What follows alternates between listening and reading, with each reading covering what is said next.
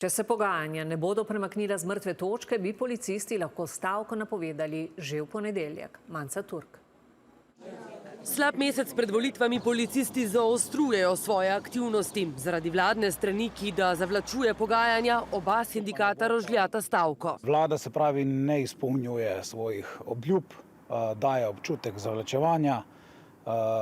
To, kar smo bili dogovorjeni, se pravi podpis aneksa kolektivni pogodbi za dejavnost javnega reda in varnosti.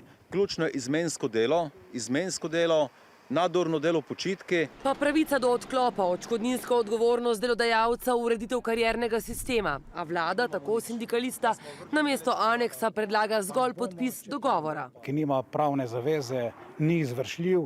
Lahko se zgodi, da bi v primeru podpisa samo dogovora naslednja vlada rekla, glej, to nas ne zanima, šli bomo od začetka, iskali bomo druge rešitve in bomo izgubili naslednja 2, 3, 4 leta, kar bo za policijo potop. Vladna stran očitke odločno zavrača in se med drugim sprašuje, ali je cilj sindikatov dejansko celovita ureditev sistema ali zgolj kratkoročni finančni učinek.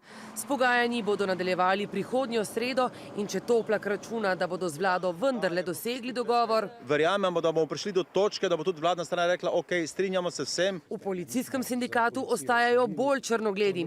Če do ponedeljka premikov v pogajanjih ne bo, opozarja Jakac, sledi napoved stavke.